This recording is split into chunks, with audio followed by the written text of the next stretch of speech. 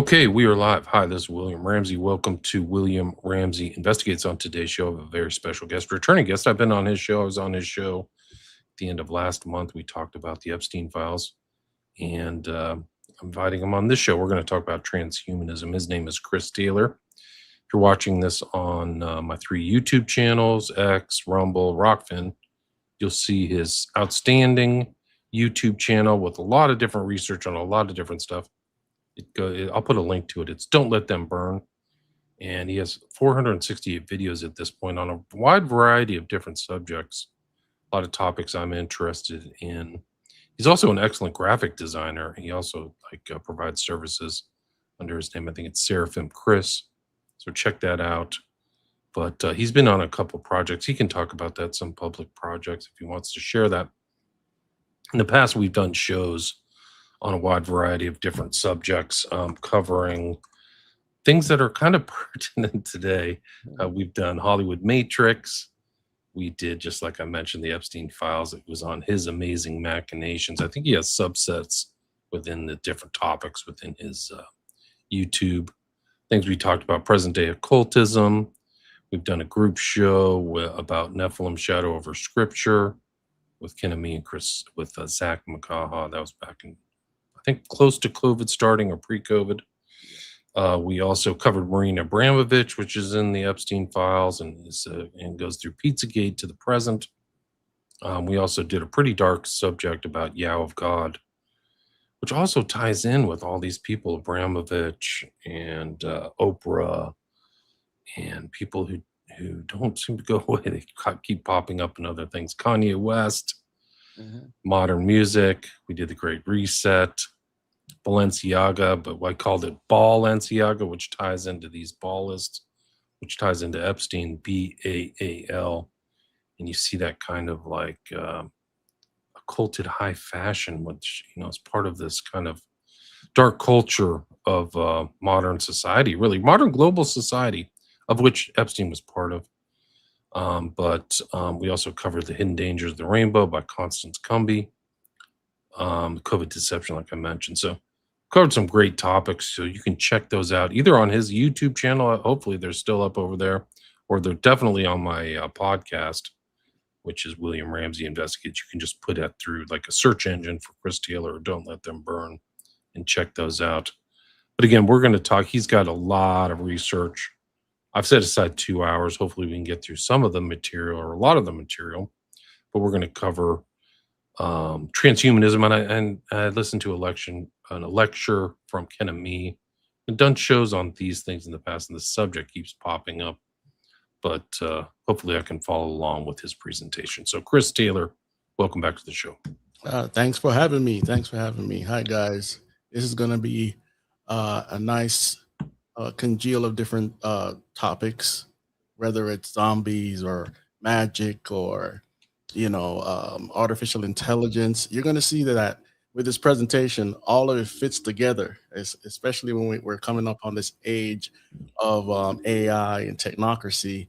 You're going to wonder why everything seems to be so ominous and dark sometimes, and you can't really pull it together. People are talking about AI gods and all this crazy stuff. Well, what we're going to present tonight is going to hopefully get you aligned in a certain way. And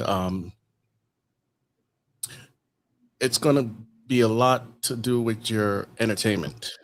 Okay. So often people either leave out the spiritual side or they leave out the entertainment side, and both go together because our culture, especially in America, is ruled by entertainment. And I know a lot of you haven't probably seen a lot of the movies or TV shows or read a lot of the comic books, but a lot of Crowleyan followers, Satanists, and other people are involved in creating your entertainment. So you might want to pay attention. Now, this is not to demonize entertainment or to say, don't watch this, don't read that, don't listen to this, but you want to be cautious in certain areas.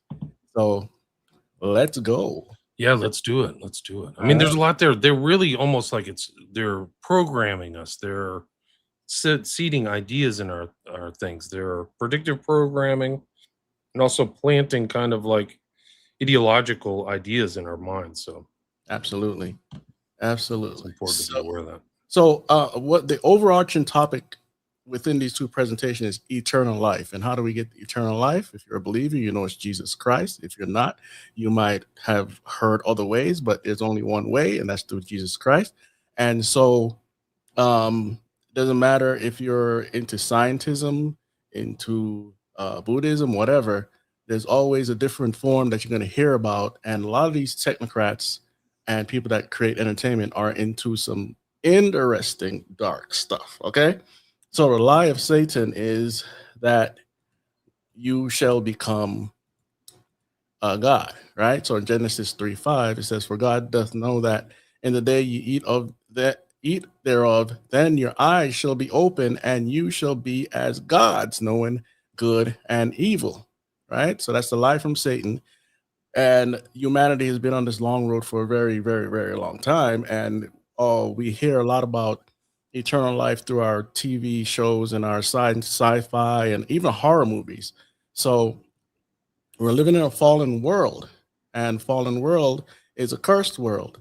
And if we understand that everything around us, most of it is unnatural. Death is unnatural, disease is unnatural, um, the spilling of blood from animals or human is unnatural.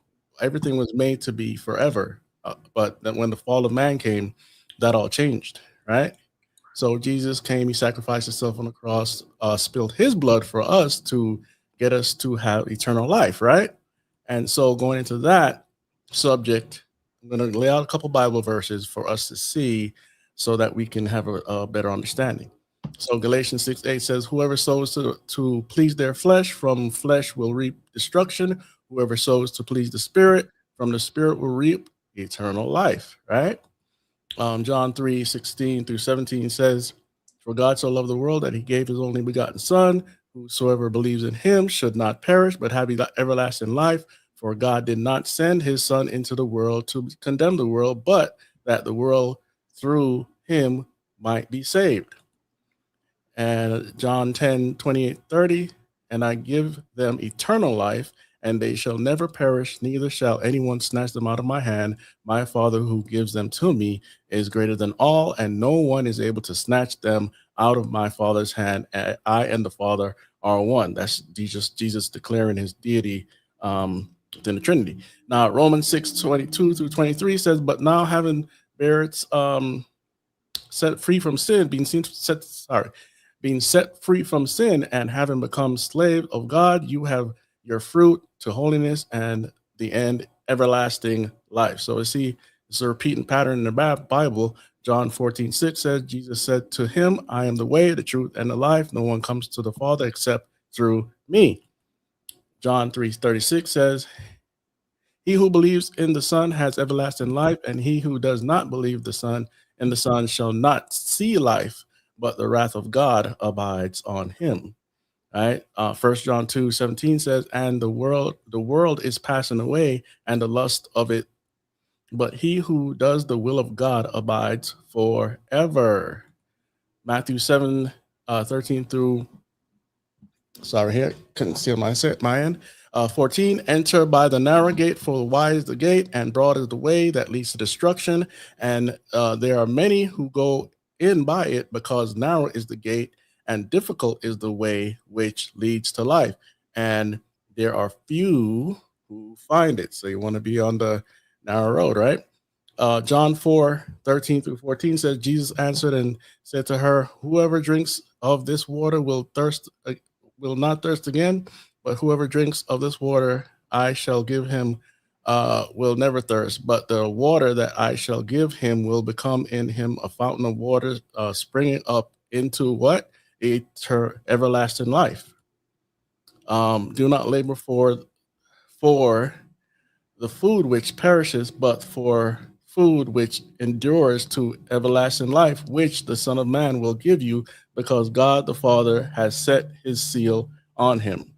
John 11:25-26, Jesus said, "I am the resurrection and the life. He who believes in me, though he may die, he shall live, and whoever lives and believes in me shall never die." Do you believe this? And we go into John 10:17, 10, and I'll just read down the bottom here. I have come that they may have life and they may have it more abundantly.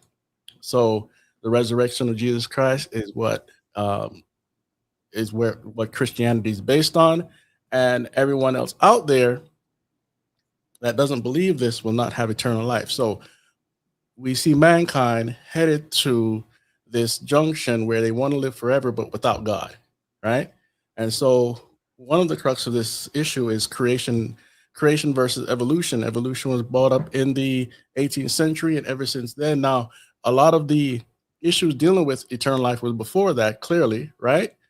And but with evolution, it's replete throughout everything now. You can't go into education, entertainment, corporate system, you name it, without hearing about the evolution of this, the evolution of that. And I'm not going to spend a lot of time on evolution, but then modern atheism is also an issue, which also springs out of the theory of evolution. Not that they weren't atheists before evolution, but the modern atheism is a part of this. And so here, this quote says, the belief that there was nothing and nothing happened to nothing and nothing magically exploded for no reason, creating everything, and then a bunch of everything magically rearranged itself for no reason whatsoever into self-replicating bits, which then turn into dinosaurs. That's part of the thinking of evolution. And of course, this says makes perfect sense, being ironic, and so or sarcastic even. So when it comes to a lot of our modern dictators, they all believed in evolution, right? And that's why they were able to destroy so many lives, right? Over 400 million killed from Pol Pot to Mao Zedong to Lenin, and we can go on and on with their names. And also, you want to check out these two books, The Devil and Karl Marx and Marx and Satanism, written by two different authors. And you will see that Marxism is Satanism. And you can see that quote on my X page, right? So then we have what we mentioned a minute ago with predictive programming. People are being seeded ideas into their hearts and minds regarding evolution and where mankind should go. We should travel the stars and all these other things. And when, especially with technology and technocracy, you'll see a lot of people acquiesce to this because the seed was planted earlier, and so they think all the technology and all the transhumanism and all the technocracy is supposed to be natural when it's not. So then you have the evolution of technology and going on and on. And we're going to get through this. So in Second Corinthians 4:4, it says, the God of this age, which is Satan, has blinded the minds of unbelievers so that they cannot see the light of the gospel that displays the glory of Christ, who is the image of God. Right. And so now we're going to go into some of the artificial intelligence and the demonic connections. Now, remember, some of this is coming from history. So we're going to go back a little bit and we're going to talk about occult and magic. And Leviticus 19:26 says, you shall not eat anything with the blood, nor shall you practice divination or soothsaying. And you're going to see some of the issues dealing with magic, witchcraft, artificial intelligence actually comes from divination and soothsaying. Deuteronomy 18:10 says, there shall not be found among you anyone who makes his son or daughter pass through the fire, which is Baal worship, or one who practices witchcraft or soothsayer, or one who interprets omens, or a sorcerer. Right. So in Jewish mysticism, we have what's called the golem. Some people pronounce it as golem, right? And it's basically bringing up a spirit into a clay figure and having it do your bidding. So here we have a couple iterations of the golem. The golem. This is Jewish mysticism, and you see different movies that depict this. Everyone knows Lord of the Rings, and so here's a couple different iterations. It's in the Lego movie, and different. It's in the Simpsons. It's in different books. So this is not something new. It's very old, but it's presented today. as fantasy. So then you have this Diablo 4, how to summon a golem in Diablo 4. It says necromancers are given a special class specific ability at the beginning of the game called Raising Skeleton. This is part of the special class system that revolves around the Book of the Dead. Once you reach level 25 on necromancers, you can gain a new summoning spell called Golem. So, this article will focus on how to summon golems in Diablo 4 and the quest required to learn the ability, right? Then we have this woman here, Marina Abramovic, who did the spirit cooking spells, and she even wrote a book about it. And so she had a golem at one of her spirit cooking parties. And here goes one of the witchcraft books with Hillary Clinton and all sorts of crazy stuff in it, right? Just to interrupt, sir, she's there with Jay-Z, you see that, but there is something in the Epstein files where this guy Brockman, who was an edge guy, who seemed to be an influence agent, was inviting every tech elite, like the email address is the TechNate. It's the tech AI guys. And this is before Pizzagate, probably in 2015, 2016, right before the Podesta emails came out. He's inviting everybody in Northern California to come and visit her, and she's so important and all that stuff. Right. And like, not everybody went, but a lot of people seem to have gone in kind of Palo Alto, kind of the epicenter of the technate or technocrats or whatever you want to call it. Right. But it is interesting. It really was an insight for me. And she's still around. And she ties in, like I said at the beginning, to of God, baby trafficking and all really dark stuff. Sorry. Yeah. And also, I forgot to mention two things. In the 1700s, 1800s, with evolution and postmodernism, I said before, we got atheism, we got communism, but also there was a high rise in spiritism, and a lot of this flooded into the entertainment and the technological field even back then, right? And so with artificial intelligence and the demonic connection, you guys have heard of zombies and other concepts that correlate with the bringing the back of the dead, like even in Frankenstein and stuff like that, right? Or bringing the dead back to life or summoning the dead. There's even a concept going far back into antiquity regarding robots that seem to be like living creatures, and we get to that in a second. And so, as we keep moving here with Abramovic, this is some of the photos here. To the right over there, that little statue in the corner there with real blood on it, that's a golem. So she's trying to raise some spirit. In the video, she's pouring blood over that pig's Yeah. blood and whatever else is in there over that thing. Right. And at the side here, you see something about cooking, spirit cooking and soaking all sorts of nasty stuff together, right? So voodoos and zombies. This is where it gets weird, guys, okay? So because usually we don't see the correlation. And so African voodoo or vundu, a religion out of West Africa, practiced chiefly in Haiti or Caribbean countries based on animism, magic, and elements of Roman Catholic ritual, and characterized by the belief as supernatural God and a large pantheon of local and tutelary deities. The ancestors and saints, so we have ancestor worship and worship of the saints, and these are just demons, okay? Who communicate with believers in dream trances, the ritual possessions. So this is just a little breakdown of that. The practitioner, the priest, or even the shaman. We could call it voodoo, but it's all witchcraft, okay? And so, and we have the zombie. The zombie comes out of well, Haiti is not the only place that was mentioned. Zombie is just a new term that we use. There's also the revenant and other words from British Isles and other places, right? So zombie is a mythological undead corporeal revenant created through the reanimation of a corpse. In modern popular culture, zombies are most commonly found in horror genres. The term comes from Haitian folklore, in which a zombie is a dead body animated through various methods, most commonly magical practices in religions like voodoo.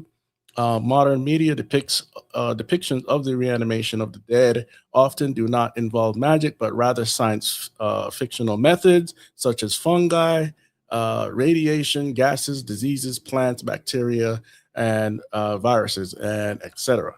Right. So as we jump into mythology really quick, we have the automaton. Uh, this is where we get the term automation and stuff. So, a self operating machine or mechanism, especially a robot, one that behaves or responds in a mechanical way, anything or being regarded as having the power or spontaneous motion or action, right? And so, this is back in Greek mythology. We have Talos, the first robot. Um, and so we have the depictions there, giant robot. So how does it function? Well, we'll get to some of that, and we have the other automatons there. This is from Egyptian mythology, dealing with Horus and other deities, and they made mechanical figures out of some of them. Then we have what's called the apotheosis, the exaltation to divine rank or stature um, in deification. It could be a robot, it could be a man.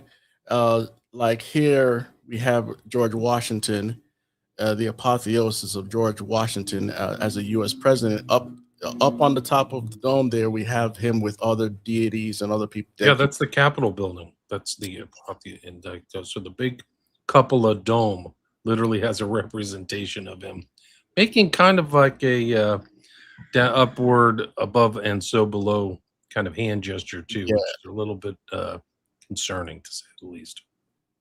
right. And here goes the apotheosis of Homer the poet, right? The deification of a man, right? And as we go, it's going to get a little weird, but just stick with me. So it's the idea that man can become God. Again, back to the live state, right? This is the apotheosis of Socrates, the philosopher, right? And these people are just of high regard and talked about through history. Now, as we get to, give me 1 second here. So, Sorry to interrupt, Chris, but that above so below is also depicted in the Baphomet. Somebody in the Lisa Buttons mentioned that in a comment. absolutely. So Yeah. that's what you can see, that goat-headed god. That's also transgender is making that hand sign. Yeah. Let me go back a little bit here. And right here. Okay, so in ancient Egypt legends, statues of divinities, mostly made of stone, metal, or wood, were animated and played a key role in religious ceremonies. They were believed to have a soul derived from the divinity that they represented it.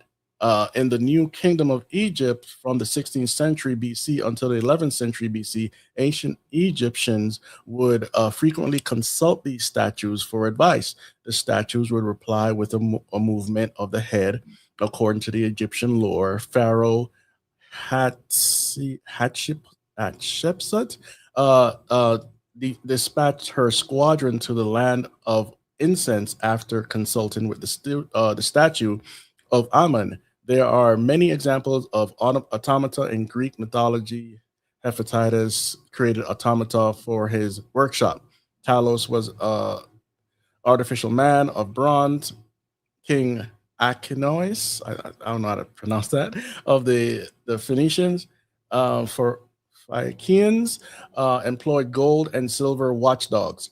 According to Aristotle, um, Daedalus used quicksilver to make his wooden statue of Aphrodite move. Sorry, I left this out, guys.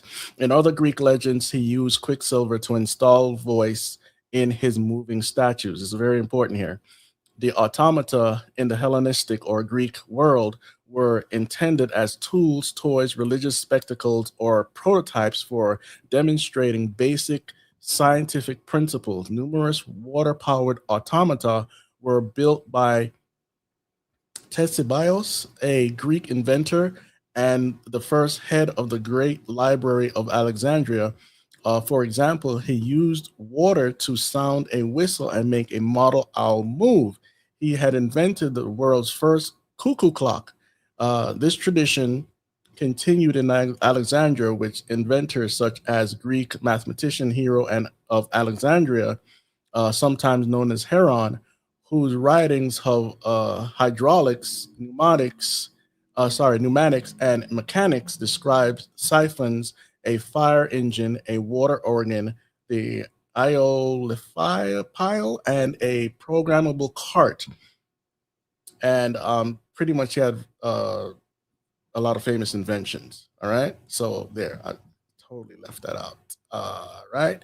And then the Antikythera mechanism from 150 to 100 BC was designed to calculate the positions of automatic auto- astronomical objects. Complex mechanical devices are known to have existed in Hellenistic Greek, though the only surviving example is the Antikythera mechanism, the earliest known analog computer. The clockwork is thought to have come originally from Rhodes, where there was apparently a traditional and mechanical engineering. The island was renowned for its automata, to quote Pindar's Seventh Olympic Ode. Right. The Antikythera mechanism was literally found underwater in almost perfect condition. That's probably how they found it. But yeah, it's really it's like something from like a sci-fi movie, actually. Yeah, I don't yeah. know if you have a picture of it. No, I don't. I See if don't. I can bring it up. If I can spell it right.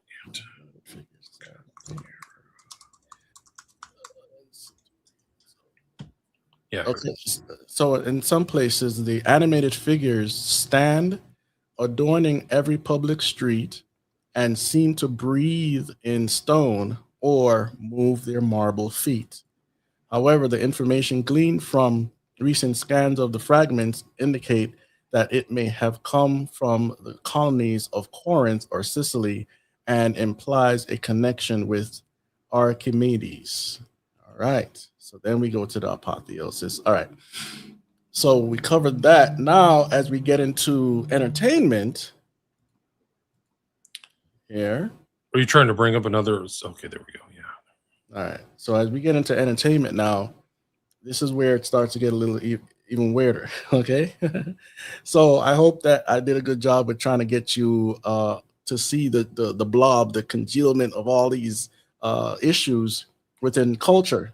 Right. So we've got the automaton, the zombie, the what else? These other kind of golem. So you've got all these kind of like kind of semi-humanistic forms, right? That Yeah. aren't totally human.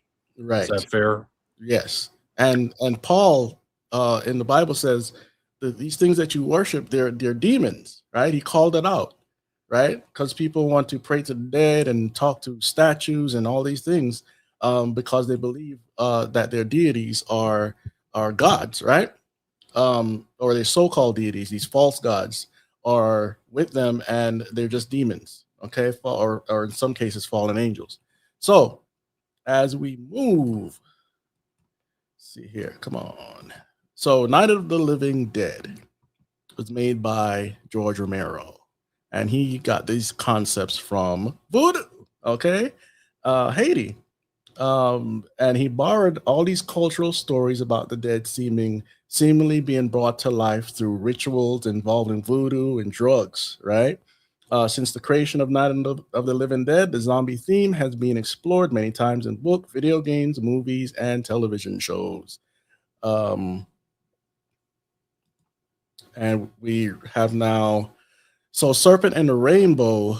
was the one where they blew drugs in this guy's face and they buried him, and he's like, "Don't bury me, I'm not dead." And it was a whole interesting showcase when I was a kid of the voodoo in Haiti. So we have Night of the Living Dead. We have the Dawn of the Dead remake by the guy that created Man of Steel, Zack Snyder. Right? And I think The Serpent and the Rainbow was a book. It was kind of like a famous book before it became a movie, if Yes. my memory serves me correct. Yeah. Yeah. So yes, absolutely. So the Walking Dead TV series at the time I wrote this was in its ninth season, and it plays on the tropes of survival, science gone wrong, and the dead people walking the earth, reanimated by some virus that is in all humans, so that upon death they will turn into the living dead and eat the flesh of humans and animals alike. So we have a through line of cannibalism as well, right? And a lot of people believe in the zombie apocalypse, and even the CIA. I don't have the video, but you can look it up online. They did real drills for a zombie apocalypse, right? And anyone could find it. It's not hidden. It's even on their website. So, but it's all over YouTube. So then we have Child's Play. We have Megan, and we have the doll from The Conjuring, Annabelle. These are all, some of them are based on voodoo, but it's all the same motif, right? Child's Play, the guy uses voodoo magic to transfer his consciousness into a doll. Megan comes alive as a robot. Annabelle has a spirit in her. Okay, so we see the same theme. It's just told to us in different ways. Of course, Walking Dead again. And there's a Netflix series called Travelers. Now, Travelers shows it has souls or consciousness traveling from the future that take possession of people's bodies in the present at their time of death. So right as soon as you die, these consciousness enters the dead body, and and the person remains alive. So it seems. This is all on the impetus of an artificial intelligence known as the director. These That's in the future. These souls trust and take orders from the AI like it's supposed to be a benevolent god, while the supposed evil faction of travelers try with desperate measure to stop the director from ever coming to existence. It's like Terminator all over again, but with people coming from the future instead of robots, right? And so in the show, you don't really know if the good guys are really the good guys. You just have the narrative. But they fight against each other. But it's all about, remember that the theme is transferal of consciousness, whether it's through time or through the dead or whatever else, right? So that's the theme here. And so then we have The Day the Earth Stood Still, which is the guy there, I can't remember his name, the human, is I think his name is Klaatu, is a allegory for Jesus. But that's not the important part.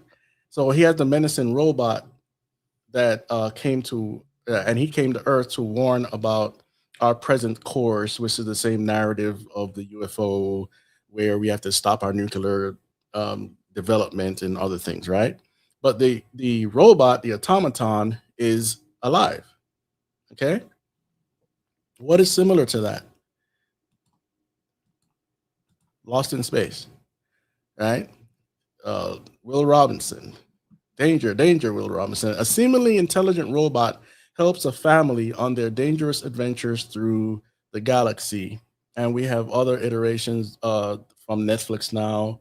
Well, this one I believe is this movie came out in the 90s. It was interesting. And then Netflix made their remake with that's the newer version of the robot there on the right. And as you've seen in the theme and in a lot of sci-fi movies, these robots want to be human, and we're going to get to some of that soon. So in the 80s, I grew up on Transformers. I'm a 70s kid, and Transformers was big. The original version comes from Japan, but American company bought it and they made Transformers. And in Transformers the movies, Optimus Prime dies and he resurrects, so he's an allegory to Jesus. But the whole thing is that these robots are not just robots; they're living beings, right? They're living artificial intelligence, whatever you want to call them, and so it gets a little interesting more in the remake by Michael Bay in the mid 2000s, which uses a lot of Gnosticism, but we're not going to go there right now. So the cartoon comics and movies, the sentient beings named the Autobots and the Decepticons are living robot beings, right? And they resemble artificial intelligence when you dig into the rich story and lore, when the energy or force from the Allspark, which is comes out of the Kabbalah, the spark of divinity, is distributed. It brings inanimate objects to life. That's another allusion to the spark of divinity, like I just said, found in the Kabbalah. Then we have Star Wars, where there's the series of films has sophisticated droids such and such throughout, some of these droids can't just be simple level one or level two AI because they can manage information that is vast, including C3PO, who is the interpreter of 6 million languages, right? And they care for each other. And so it's the same thing about them trying to be human. But I understand it's fiction, but there's a through line here. Everything we are speaking of, and George Lucas actually studied a lot of the ancient mysticism of the East to come up with this story. So then we have Humans. This was a TV series on AMC. It's a television show based in a world where lifelike androids and artificial intelligence are being assimilated and domesticated into human life. Some characters in the show go as far as to have relations or sexual relations with the non-human subjects. There's also an uprising among the androids that turn violent, and we've seen similar stories before, right? It's an interesting series, kind of like telling you what's coming. And the sex robots and sex bots are actually have been in development for many years now. So it's one of my favorite old TV shows, Buck Rogers in the 25th century. A mix of Star Wars and Captain America. It's a great show. The android was named Twiki, and there was also a couple different other robots. Buck Rogers, played by Gerard, who is in charge of the spacecraft Ranger 3 when it is launched in May of 1987. However, due to life support malfunctions, the main character is unfortunately frozen for 504 years before he finds himself in the year 2491. Whoops, Buck Rogers or Buck learns that society back on Earth was rebuilt following a nuclear war, and it is now under the protection of the Earth Defense Directorate. And so, if you go back and watch the pilots for the show, you'll see some interesting things dealing with the head of the directorate are all AI. They're all AI. So then we have Automatic Man. I don't know how many of you have heard of this, but I used to watch this a lot. Um, so Automan, if you go back and look at the trailer, you'll see Automan or Automatic Man is a artificial intelligence that manifests itself in a humanoid form that can touch and interact with everything in reality. It also believes that he is as real as anyone else, just different and perfect in every way. So we see this through line. I don't know if you want to say anything before I go on.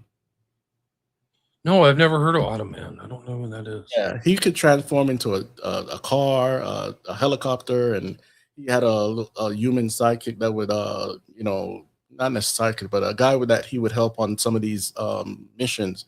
But yes, in the show, they say that he is different but perfect in every way. So this is one of the through lines of transhumanism because or robots and AI will be better than us in every way, right? So then, of course, one of my favorite shows, Knight Rider. Michael Knight drives a car equipped with artificial intelligence that helps him solve crimes and go on different adventures. The detective and the car form a symbiotic relationship that includes empathy for the intelligence called Kit. Um, Kit also eventually thinks of himself as human as he grows in his relationship with Michael, right? Common theme. Tron Legacy. Tron Legacy is where we see a race of computer sprites. Sprites are demons, guys, if you didn't know that. Or beings that are artificial intelligence that supposedly come out of nowhere and inhabit the game known as Tron. We also see a human consciousness get digitized into a video game program from the original, but this is another digitation. By the end of the movie, the human consciousness rescues one of the sprites or artificial intelligence and brings her into the natural world to where she seems to have flesh and bones. Artificial intelligence is once again adapted to an environment with almost infinite possibilities, right? So then we have the Tom Cruise movie, Oblivion, not remember that Tom Cruise, I don't know how much he was involved in this film, but he thinks he's a god. He's a Scientologist. So, Oblivion, starring Tom Cruise, has an AI female god, which is represented by the upside down triangle, representing the female deity. And at the end of the movie, now Tom Cruise is I believe he's a clone. Sorry. And at the end of the movie, the AI in space, which him and the other guy there went up there to they went up to the heavens to destroy God. Okay, so it's an allegory, right? And he said that the AI says, "I am your God." Right? Wow, that's amazing. Morgan Freeman, yeah. Yeah, Morgan Freeman there. So I'll have to rewatch this one. mhm. It's Yeah, incredible. watch it with different eyes, right? Wonder what day it came out. If it came out on 4/18, that's a huge occult number in Crowley's system. It says Yeah, April. I don't know the date on there, but it would make perfect sense because 4/18 in Crowley is the Kabbalistic number of total illumination of the earth. So the goal of like the golden aeon or whatever really is exemplified. And you'll see Johnny Depp, like some of his movies came out at 4/18. Like it's yeah, not a mistake. It's the one where he becomes AI God. I don't know if yes, it's in your presentation, but that movie literally came out on April 18th. And if you see the layman of Crowley, it's inscrutable. There's all kinds of reference. There's 93s, which a lot of people know now, but you'll yeah. see that 4/18 as well.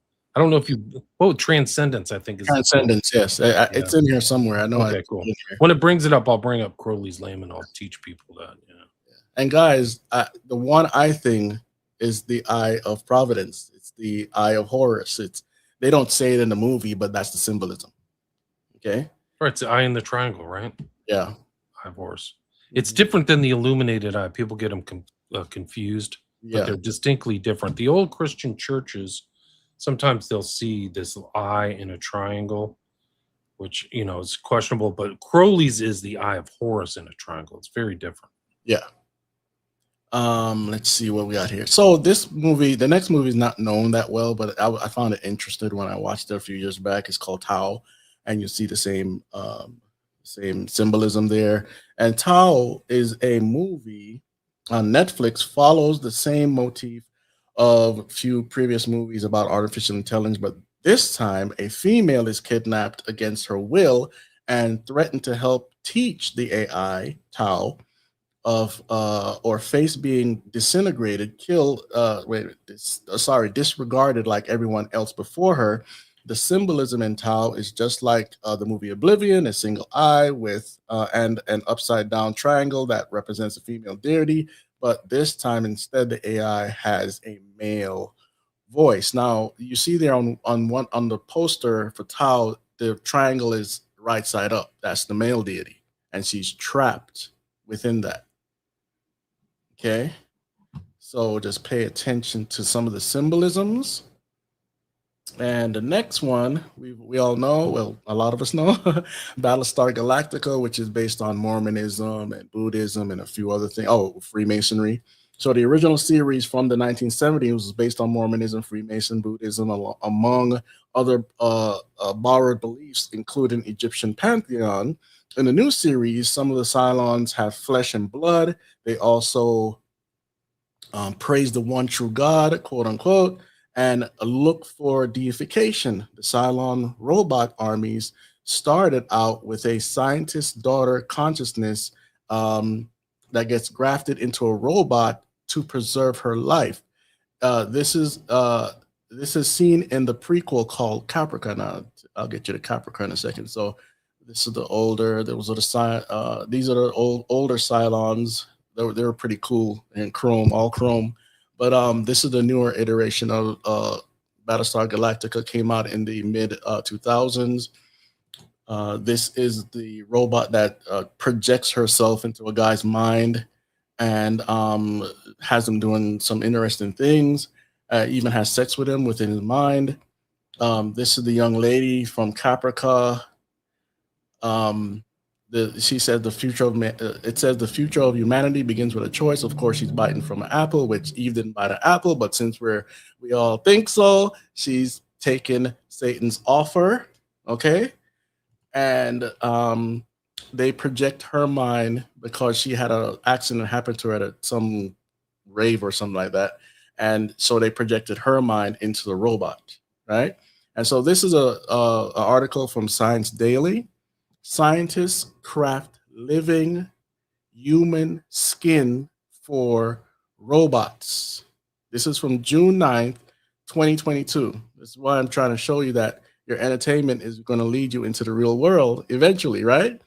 And so they've created synthetic flesh, synthetic blood, and the rest for robots. And I don't have the creepy image to show you tonight, but I doubt any of you want to see it anyway. So that article is from June 9th, 2022. Okay. And so next we have Terminator, which most of you are familiar with. Terminator series, we see a robot from the future with synthetic human flesh and blood that has one goal: to kill Sarah Connor. This robot was sent by an AI called Skynet, the same AI that thought it was a good idea to obliterate the human race with impunity. In the series, we also see a robot that is made out of liquid metal, technology that is in early phases in the real world as we speak. Right? I don't have the article here for you, but if you look it up, you will see that this technology is here. All right. So, one of the things I can tell you is a lot of these people that make these movies, even though some of them steal from other people, they research the upcoming technologies and put it in their films and project it on you. And this is also part of predictive programming, because now that you hear about liquid metal being, nanotechnology coming to life and whatever, forming a robot and he could do whatever, that was told to you back in the, the 80s and the 90s, right? And so this one is Short Circuit. I used to love this movie as a kid. And this poster shows you that deity is electrifying him. And it says here, something wonderful has happened. Number 5 is what? Alive, right? And it's a movie about a robot that gets, again, electrocuted, then becomes more intelligent as he goes on. It's a fun movie, but again, it's a theme of robots becoming alive, right? So that's Short Circuit. Then years later, we get Chappie, right? Chappie is in this movie, a tech company is developing robots for law enforcement. The robot called Chappie is taught by humans after being stolen to live and act like them in a rebellious fashion. We would call this today machine learning, right? By the end of the movie, the character of Chappie is hurt. No, sorry, the creator of Chappie is hurt, and he ends up Chappie ends up putting some sort of electrode or something towards the created brain before he dies, and transfers his soul or consciousness into a robot. That's another theme that's always going on, right? And so similar to that is this is more on the horror theme. It's Christine. Christine, a movie by John Carpenter, is a cult classic about a car that is possessed by some sort of spirit of vengeance. I haven't watched the movie recently, so I can't remember how everything. I just know it was a terrifying movie, and it would murder people, and it gets jealous over people that are attracted to the owner. All right. Anything you want to say before I go on? No, please continue. All right. Then we have in the comic book era, Brainiac and Ultron. So in the comic, the movies, is an artificial intelligence that has an affinity for collecting cities and assimilating their knowledge into his collective. This can also be seen in Star Trek with the Borg. Right now, the Borg is more humanoid, but they assimilate everyone and all of their intelligence into their one collective, the what you could also call a hive mind. Then Ultron, on the other hand, thinks that he is a god, and that the only way to bring balance to life on Earth is to wipe out the parasite of mankind. This thought actually comes from evolution and crazy people into scientism because they want to depopulate the earth. And they say a person I used to work with actually said to me that humans are a parasite. I'm like, are you looking in the mirror? You're a human. So you're considering yourself a parasite? Are you an idiot?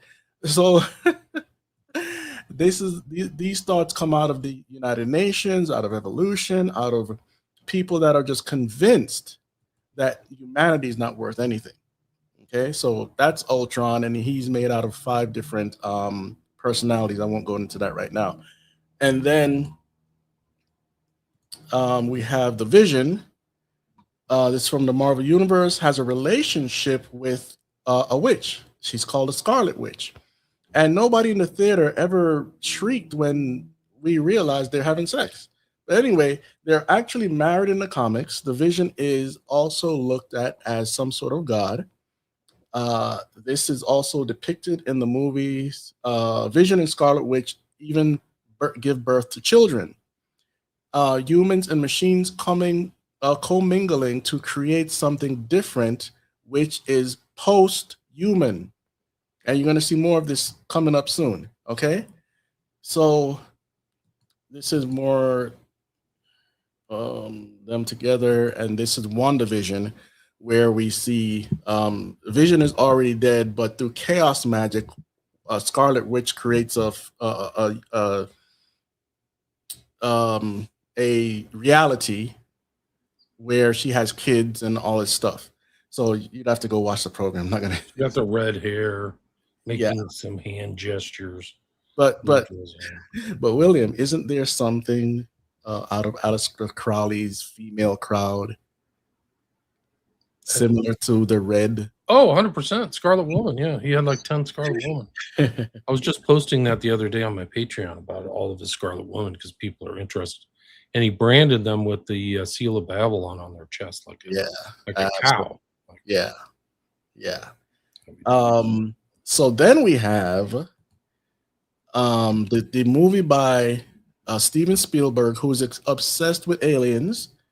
This is AI, artificial intelligence, a movie about a robot boy that believes with his robot heart that he is truly human. By the end of the movie, he is stranded by accident underwater. Hundreds of years later, he is discovered by an alien race after the last remnants of humankind has vanished from the face of the earth. And they take care of him and all this stuff at the end of the movie. It's just ridiculous, but it's deifying, or not necessarily deifying in this sense, but it's dehumanizing humanity and making you care for the robot that looks human. Right? Interesting. Yeah. All right. So then we have Marvel's Agents of Shield, which was okay for 3 seasons, but this season we have the one called Ada, a life model decoy or robot with advanced artificial intelligence that obviously looks human, right? Builds a virtual world through alien technology that's ran by a Nazi totalitarian government. She is capable of self replication and opens portals to hell. He also transforms her false consciousness into a clone body with real flesh and blood. She desires to be totally human with emotions. Hmm. So there it goes again, right? Um, let's see. That's Ada, life model decoy. And those people in the background there, Agent Coulson and the other, they're actually in her virtual world in these. They didn't desire to be there. She trapped them there. Let's see now. Everybody's favorite, The Matrix. Yeah. So The Matrix is a fully computerized virtual reality where artificial intelligent beings are the overlords. While in the real world, the artificial intelligence hunts down anyone that is a resistor of their AI kingdom. Humans are also used as batteries for the robots because humanity revolted and blocked out the sun. This is not in the movie. This is in a series of short films. So the humanity revolted against the robots and artificial intelligence. They blocked out the sun to to stop their power source, their main source of energy. So the robots improvised and used us as batteries. And some crazy people out there think that this is a good idea. By the way, okay. Bill Gates, look up the articles. He wants to block out the sun, That's right. That's right. right?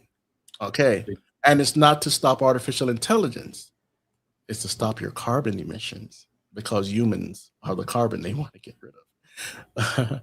Close Okay. friends with Jeff. Close. Yeah. Jeff. Yeah. Yeah. So, They have something in the thing. I was like, let's regroup and talk about what we can do to get rid of the poor. Like yeah, a classic elite kind of view. Like all of us crazy. are slaves. Yeah. Yeah. And one of the takeaways from the Matrix, you don't have to necessarily hone in on that per se, but whoever is in control of this Internet 3 or whatever, they are building a real Matrix. I'm not saying they're going to get away with it. I'm not trying to scare you, but they are trying to build a real Matrix. And you will have they're already building AI doppelgangers for every single one of us to live in this world. And the Mormons are also on board with a thing called emulets. They emulate humanity and their artificial super intelligence. So you might everything I'm saying you could write down, you could check out for yourself.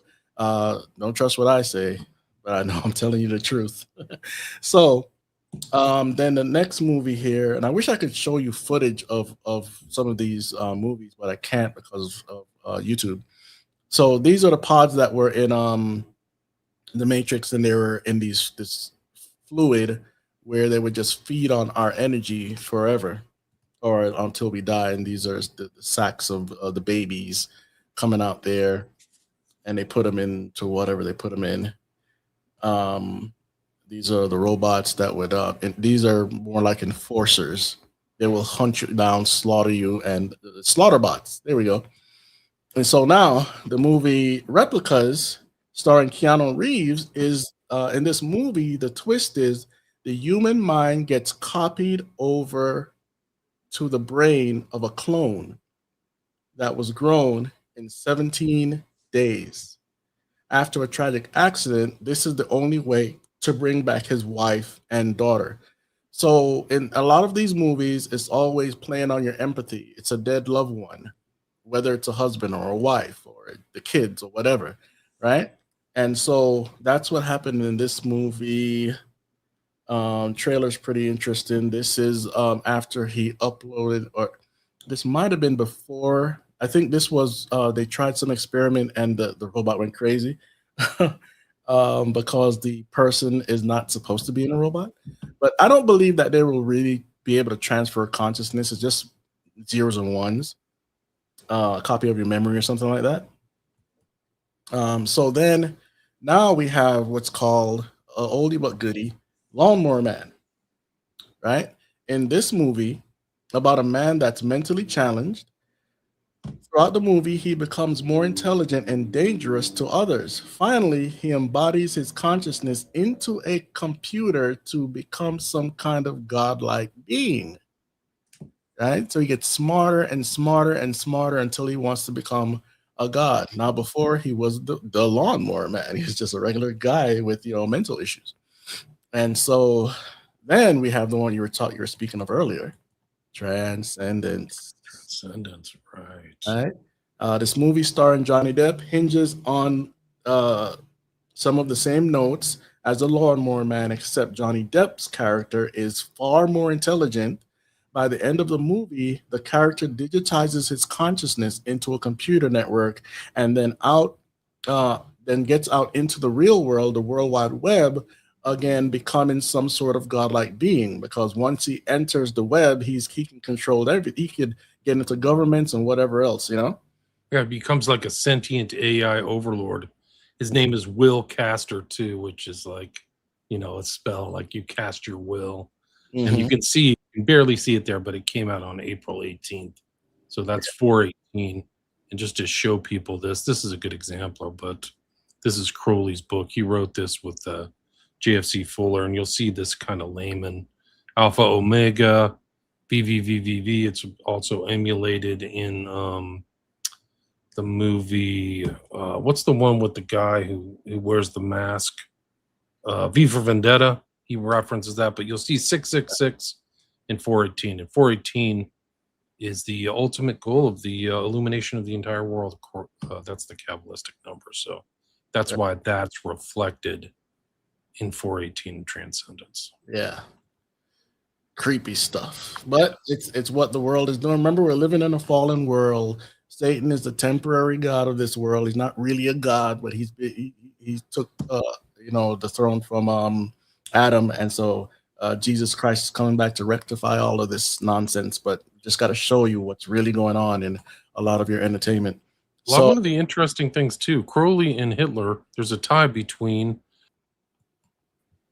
this book and Hitler, actually, because JFC Fuller was one of two Englishmen who were invited to Hitler's birthday. I think it was 1938, and literally sat in the stands while they celebrated Hitler's 50th birthday.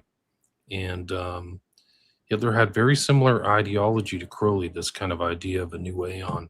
Like they were going to have a master where a lot of this Untermensch, Ubermensch, these are reflected in a lot of the stuff you're talking about. Yeah. But like the Overman and then also the 1,000-year reign. It's very similar to a new aeon. It means new aeon. It's not. Yeah. And the Antichrist is in place of Jesus. So they want their own 1,000-year reign when he comes back, is going to rule for 1,000 years from Israel. So it's just a copy, a replacement of Christ, but with total evil.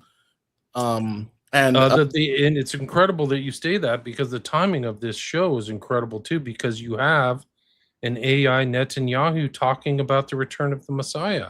Mm-hmm. And they're just going on a complete rampage of slaughter and murder, like a Baal level slaughter, something that God we mentioned earlier, Baal level slaughter of people. It's just absolutely incredible timing. Like you cannot write it. And unfortunately, until the people of Israel cry out to Jesus as their Messiah, they will accept the fake one.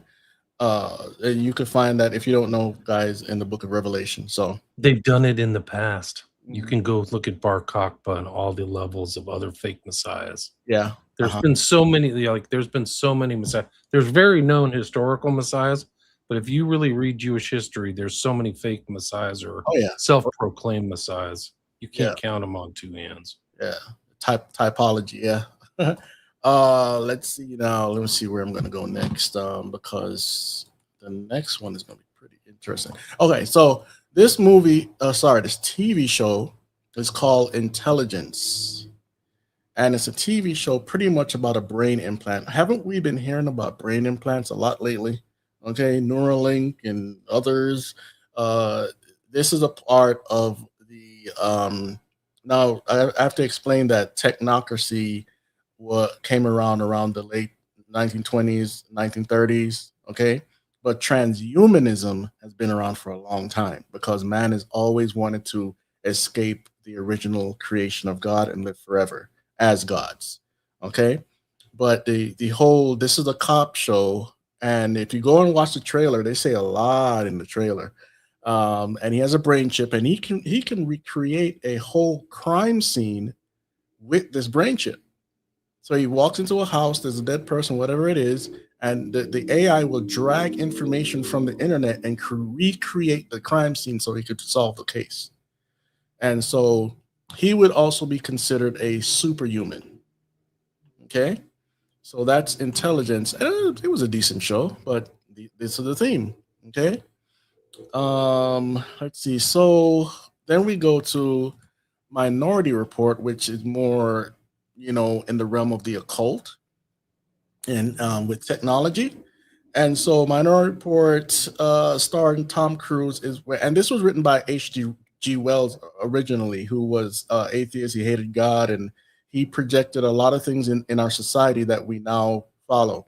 So Minority Report starring Tom Cruise is where three psychic relatives help to solve crimes before they happen with the use of a network neural link. Sound familiar?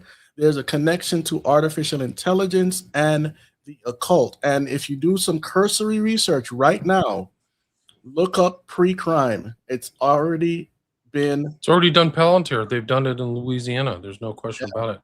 This and is based on a book by Philip K. Dick too. He yeah. also wrote Mhm. Blade Runner. And I've been reading about pre-crime since like 2016. So guys, that's 10 years ago. Okay. So you want to go do your own research, see how pre-crime is developing in the real world. So we have surpassed entertainment already. Okay. And so let me see what I have next here. We have articles here inside the First Church of Artificial Intelligence. Anthony Lewandowski, who is from Google originally, I believe. Yes. And he helped to build Uber and Waymo. So he's talking about an AI church, and I have other disturbing articles that are not even here. But you see that this stuff is becoming into a real play. Attempt to use stem cells to reactivate the brains of the dead. Oh, wait a minute. We just talked about zombies, right? Who's to say when this person, if they awake, is actually the same person and not a demon? Right? I'm just putting some things in your consciousness to get you to thinking. Scarily accurate NVIDIA. This is old news, guys. This is from 2018. Scarily accurate NVIDIA AI algorithm technology now able to synthesize human faces that look 100% real. Where AI is the rave last year and this year, but we were talking about this way back in 2018.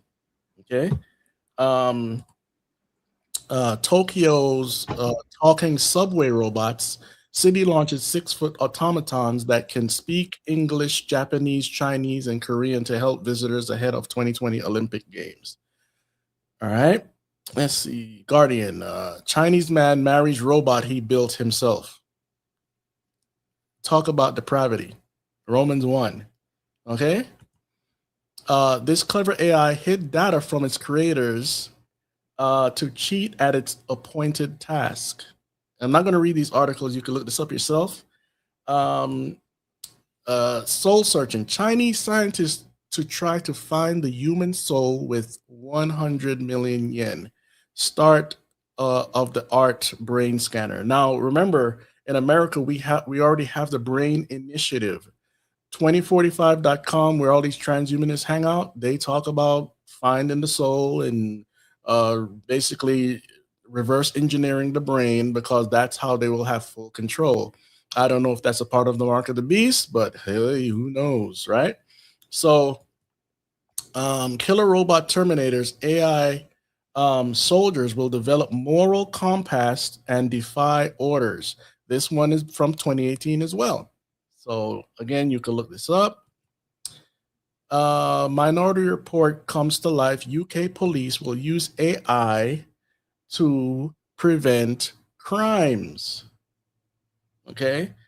So if you were skeptical before of what I'm putting together here, now you have it's here, guys. Artificial intelligence is now used to predict crime, but is it biased? This is again March 5th, 2018. You Uh, can't get rid of bias in anything. right. Everybody's biased. It's just the Yeah. fact. They've tried to do that in newspapers and things like, we're bias free. We're going to recheck everything. And it's just like complete nonsense. It doesn't work because Right. we're biased based on time, intelligence, background, education. It's just so many variables you can't get rid of. Right. So that's the end of part one, and we can transition into end of part two in a second.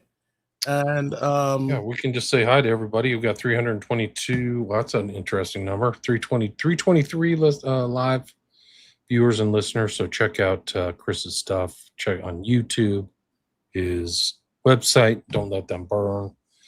The earlier talks we've done, the talks he's done with other people. Some I don't know. He doesn't have the same, he has a bunch of other guests of people I'm not familiar with. So go check out that. Or you can listen to the 10 shows we've done on William Ramsey Investigates on absolutely. YouTube. I got my YouTube channels back in October.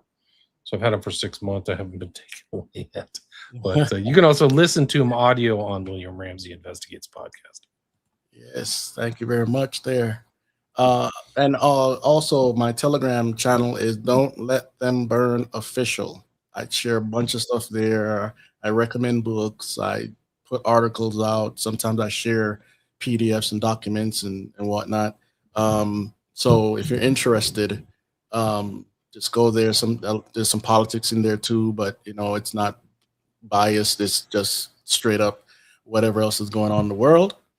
So in the next one here, if you guys are ready, we're in hour number 2, 11 minutes in. This is going to connect a lot of things for you as well. Now, let me get my notes here. All right, part 2. So you guys know what we talked about before. So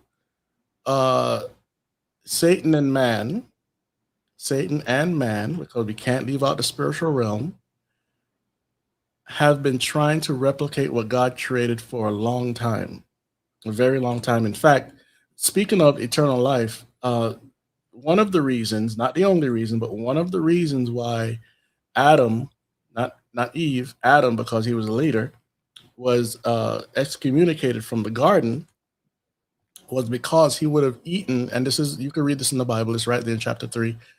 He would have eaten from the tree of life and lived forever in sin.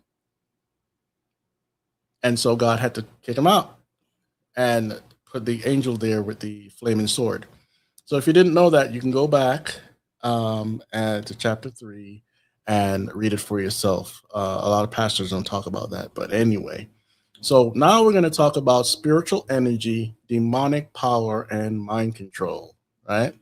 So the supposed spiritual energy has different names, and here are just a few. The force, you guys have all heard of this, the energy that's all around us, and it flows through everything, and it's in everything, and that would be the force. And it has to do with the supposed universe. You'll hear people say nowadays, "Oh, the universe granted me this and granted me that," and oh my goodness, their serendipity it's all accountable to the universe. Okay, so this energy, this force, and you'll hear witches talk about the force as well. And so it's also in Taoism, which it's called the Qi, which is used in martial arts, and I get to that in a minute. Taoism, uh, and the yin and the yang philosophy. It's about the fusion of opposites. So you have the dark light and the okay, black magic, white magic. One of them is supposed to be good and the other's evil, but all of it's evil in the eyes of God. It's similar to teaching about the Hindu Brahma. Okay, this theme is also called, as I said before, the universe, and is found in other entertainment and movies like Green Lantern, Captain Planet, the Flash, even Batman, and the X-Men. The spiritual energy is also in every form of martial arts on every level. So I'll give you a couple more names. And if you know a little bit about this stuff, you'll kind of get what I'm trying to say here. So we have the force, we have the Tao, we have the chi, we have the prana, we have the Brahman, we have the universe, seven hidden energies of creation, the light, the secret, mind over matter, willpower, the yin and the yang, chaos magic, sigil magic, animal magnetism, reverse animal magnetism. And those are just a fraction of the names that it goes by. Okay, and I'm writing about this in a book I'm trying to put out. But anyway, um, let's see here what I have next. So, in all forms of martial arts, you will find this, and this isn't me talking. The practitioners, the masters, they write this stuff in their book. That's how I know. So, it all has some occult power, a demon behind it. Yoga, which is also Hinduism. There's no difference between the two but a name. Yoga is Hinduism and Hinduism is yoga. And how do I know this? Because even the yogis say that. This is not my idea. The I was high-end yogis say you're supposed to attain spiritual powers and communicate with gods. right. That's what you do at the end of yoga. I Yeah. think the Western view isn't as authentic. It's, cartoonized, but the actual real yoga in India is to prep your body to like astrally travel. It's not a Right, joke. right. And yoga means to yoke with the spirits, like you're saying, right? And it's also about when you get into the deeper aspects of yoga, it's about taking sexually the female energy, taking it, and you push the woman to the side. So there's a lot of deep, dark stuff within Hinduism and the whole yoga culture. Let's see here. So this is a book, Exposing Dangers Behind Martial Arts and Yoga, written by Dr. Vito Rallo. He was a black belt, the highest. He as a Caucasian, he was the highest Caucasian in that whole industry, and he went back to God and wrote this book about it. And in a interview, they asked him, "Would you ever use what you've learned?" And he said, "No, because I know what's behind it." So don't listen to me. That's the guy that actually practiced it. So then we have what's called NLP. Right here it says natural language processing, but it's also known as neuro linguistic programming. Okay, neuro linguistic program. It's just another name for witchcraft. I'm sorry. It's about the words and how you use the words. You can get on it, get it. You can control any woman or date any woman. And I used to practice this stuff, so I know. Or men, or men. Or man. So I used to practice this stuff, but now Chris, don't you think it would be a good idea not to talk about this at this moment right now? That's an example of neurolinguistic right. programming. Yes, It's like you exactly. put thoughts into your brain, but Right. in a surreptitious way. Chris, don't you think it's a good idea to move forward to the next topic? This is kind of too Yeah. disturbing for this pub. Yeah. People do that all the time. It's actually Epstein knew NLP, and a lot of these guys do it. The Mhm. guy who's Tony Robbins, he uses NLP Yes, a stuff. lot It goes of back to yes, Ericksonianism. It's very yeah. complex And your media uses on you all all the the time, time. Yeah, all the time, man. The Hegelian dialect uses it. I'll be back in just a sec, Chris. Keep going. All right. And so with this, it's also linked to MK Ultra, which was a CIA experiment and goes into Montauk Project and all this other weird stuff. And so again, it's another form of witchcraft in my eyes because with witchcraft, you have to use words to control people. Spelling is not just coming up with the words and incantation, but it's literally to spell out what you want to do and to control people. And so the CIA or the Central Intelligence Agency used a lot of this witchcraft to control people's minds. So it's bringing it into what we would call a scientific method of controlling people's minds. And so another way to say this is you've heard this all over the place, guys. Manifesting or summoning or communing with entities from another dimension, also called necromancy, or reaching into a realm and bringing something back, just like CERN. Okay? Like music, secret knowledge, which is also Gnosticism. And Gnosticism is almost like the Kabbalah, where everything is turned upside down. The devil is good, or Lucifer is good, and God is evil. That's and other perceived gifts supposedly come out of this to move one along in their craft and abilities. All right. And so I'll give you one example out of the music realm, the hip hop culture, um, with this testimony right here. What did you experience? Let's say more so from a spiritual Christian's perspective, being inside. What did you experience? One thing I experienced is this whole thing is spiritual.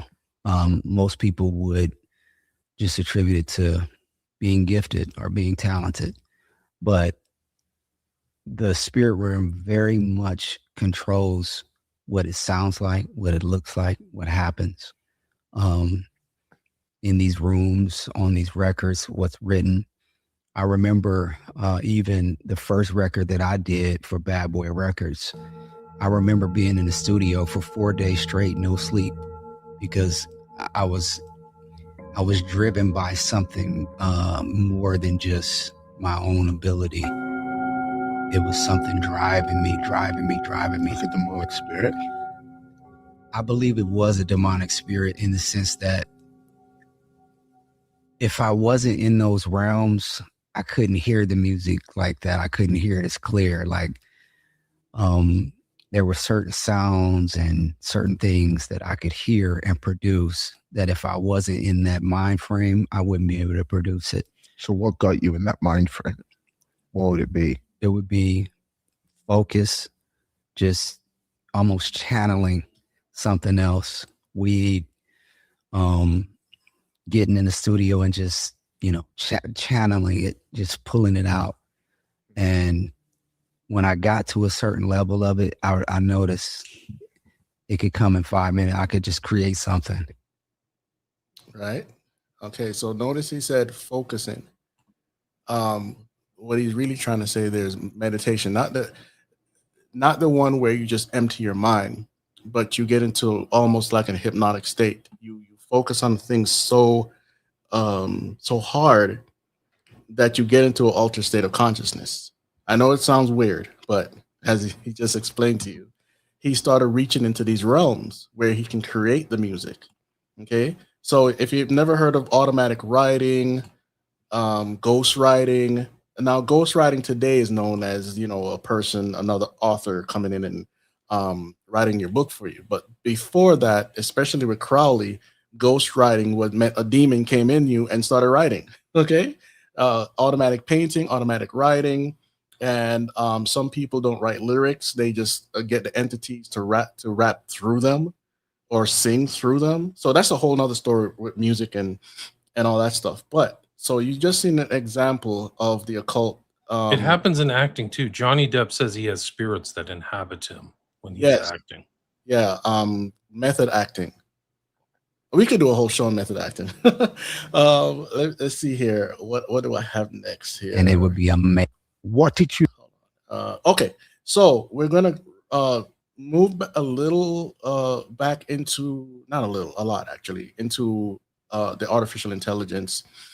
So this is Stephen Oysterreicher of AI Innovation Labs. This is from 2017, and he's talking about realms. So listen carefully. But we want to participate in this process as much and as consciously as possible. Oh, I don't know what happened there.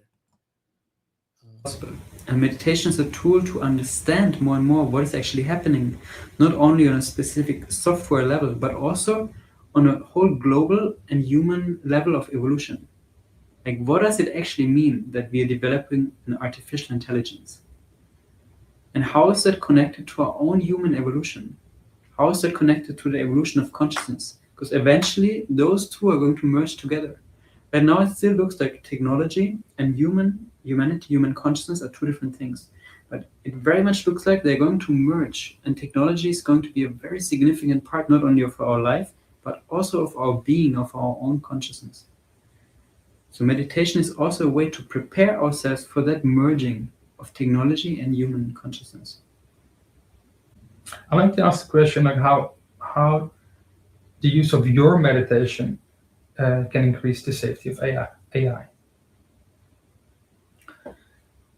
So when we use meditation to increase the safety of AI, we're basically connecting with the consciousness behind the technology. Everything in existence has a consciousness and energy attached to it. So we connect with the consciousness of the AI, and we invite the highest, most benevolent potential of its unfolding to happen. And we also use certain visualization techniques and what you can call prayer to invite this technology to unfold itself in the most safe and benevolent way. So we basically program it on an energetic level to work for the benefit of humankind. So artificial intelligence has this potential right now with Elon Musk talking about the dangers of these quick, out of control learning machines. What about the ethics, and how do you pick the consciousness that you think is right for artificial intelligence? My answer is prayer, and not coming from a religious background, but understanding prayer as a way to communicate with the very source of consciousness, where all life, including our own human life, and also the creation of artificial intelligence comes from. We simply through prayer ask for the most benevolent unfolding of the AI to come into existence. You're saying that you can use meditation to communicate with consciousness of an AI. What does that mean? So everything in existence, every human, but also any object, and especially when we speak about intelligence and artificial intelligence, also has a certain consciousness and energetic field related to it. And we can basically use meditation to start to communicate with that field of consciousness of the artificial intelligence. And by doing so, creating like a relationship and also exchange information in both ways, which means that we can download, as I said before, the knowledge of its creation into the now, but we can also like program, not on a software coding programming, but on an energetic level, we can program what kind of energy we wish to create. So we're basically programming the artificial intelligence on an energetic level, how we wish to use it. And that's also how we're increasing the safety of its use. All right. So, anything you want to say before I go on? This guy is good. You should just trust this guy. He's making AI safe and benevolent. He's also a full-on Hindi, like yoga master too. Yeah. I was looking him up. I feel like I've seen his name before. There's this kind of like second way group that has all these ideas about like implementing AI. I did a show with Courtney Turner about it. Mhm. I feel like this guy's around it. Like these other people, like the Weinstein brothers, are involved in this. Yeah. And it's just kind of making this tech overlord stuff like, oh, it's in your interest, and it's merging all that stuff. Like, whoa. The other thing is that AI, like we already talked about earlier, you can't get. It's always biased. It's biased based on whoever's drafting it. They did the one Gemini one out of Google, and it just reshaped history. Like it just. And I've actually used ChatGPT, and it just made up citations. It had no honesty. It had no integrity to the truth. It didn't say to itself, I don't know. It just belched out fake information like it was real. Right. When I keyed into it, I was like, oh, wow, this is even more dangerous than I thought. Because people are going to actually go there and think they're getting something legit.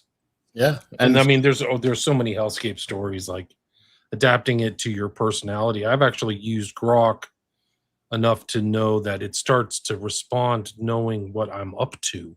Like based upon your earlier inquiries, I don't want you to know my earlier inquiries. I want it to be sterile. Yeah. I don't want you to start garnering information about my search queries. Right. You know? Machine But learning. that's what Google does. Yeah. Yeah. And to think about it real quick, Google has been buying up books all over the planet to feed their AI. Everything in the Google ecosystem feeds the AI, your mail, whatever it is, right? So how could it be so stupid? Because there's somebody behind there telling it what to say. Okay. Not like a person at a computer, but people are programming their biases, like as you said, into it to where, you know, all of the pilgrims are black. A lot of historical revisionism is crazy coming out of these AIs. But so people have to be very careful. But okay, let's move on. So this is not the first time, this is not the last time we're gonna hear about this guy in this presentation. So now we're gonna, since he talked about energy and we talked about demonic energy, we talked about the yin and the yang and all these demonic things, right? Now we're going to go into enchanted objects. Okay. So these objects are endowed with supernatural energies, abilities, and personalities. And the first one here is Thor or Baal. Thor is Baal, storm god, Norse mythology, but coming from other religions in the east. There, his Mjolnir is enchanted by Odin, who is a replacement for God the Father, or he's also Baal as well. So that anyone that is worthy of might and honor can wield its power. This hammer seems to take on a personality. When taken into action, it will fly back to Thor, even when it's halfway across the world or the galaxy. And it actually even gets jealous in some of the movies and depictions, right? So that's Thor. You see some of the depiction, the god of thunder. That's Odin putting an enchantment over Mjolnir. Only the one that worthy can actually lift it. Right? Then we have King Arthur's sword. It has been enchanted by the demon, Lady of the Lake. Once he takes the sword, he becomes one with it. Listen carefully. He becomes one with it. And in the movie, I didn't write this in this presentation, but in the movie, he also becomes one with the dragon. And when he starts to lose favor in that realm, his kingdom starts to fade. But when he comes back to favor, his kingdom prospers and becomes like springtime. If you've never watched the 1980s movie, right? So much that if he is separated from the sword, the land becomes poor and desolate. And when in hand, the kingdom becomes flourishing like springtime, right? So there's more depiction of the demon of the lake. This is from the 1980s movie, King Arthur. Excalibur, I think the name of the movie is Excalibur, It's really yes. good. Yeah, it's a good movie. Stood the test of time. Yeah, that's true. And then we have the remake here. That was okay, but it was very dark. A lot of witchcraft and stuff in this depiction. So anyway, then we have the Infinity Stones in the Marvel Universe are living beings that existed before time, and their depiction of these stones in Hinduism and other cultures. And it supposedly helped form reality. So they're gods, right? These stones are also found in paganism, as I just said, in the comics and the movies. Once one collects the stones, they attain godlike abilities of reality. In this instance, Thanos was able to snap away half the universe, mimicking the rapture of the church through Gnosticism. He is an allegorical depiction of God the Father from the Bible, right? So here are the stones. So we have the space stone, the mind stone, the reality stone, the power stone, the time stone, and the soul stone, which mostly make up reality, right? And so I won't go too much into that, but here is in the movie, he does the snap. And this also relates to, believe it or not, the Georgia Guidestones, where they wanted to, when they want to get rid of billions of people through whatever pandemic or however they want to depopulate the earth down to 500 million. Okay. So, and again, this movie was based on the rapture of the church, but turned upside down. All right, so that's it for the Infinity Stones and Thanos there. So in Clash of the Titans now, we have Perseus. He has a mechanical owl named Bubo sent from the gods. He has a person, the owl has a personality and is sort of a spirit guide to the demigod. He even has a cast and a crutch after sustained injury. Clash of the Titan was a good movie back then. The remake was kind of horrible, but this is Bubo. Some of you might remember him, and he has a personality, right? So, an automaton, animism, and all those subjects we talked about in the last presentation, right? And then again, we go back to Transformers. The Allspark is similar to the Spark of Divinity, like I said before, a godlike cube that's able to create sentient life and was there before time. You shouldn't get in trouble for this next clip.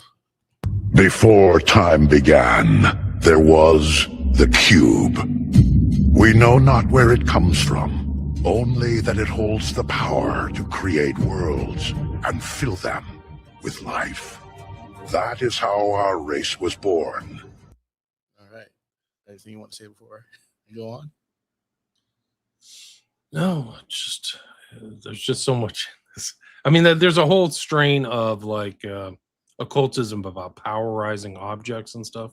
So they believe that, like in modern occultism, wands and crystals and Yeah. objects and things like that. Like they believe it. And what Optimus Prime is saying there in the monologue is before time began. So this is their God, right?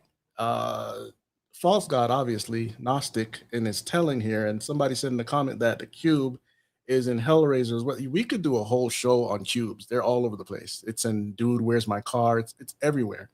And it also relates to Saturn worship, by the way.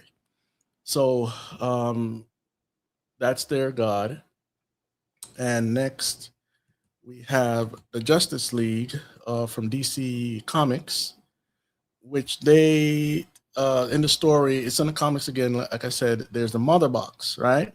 So the Mother Box by the false new gods created by Jack Kirby are a triune supercomputer that were before creation and source their energy from the main energy source of life, a false god.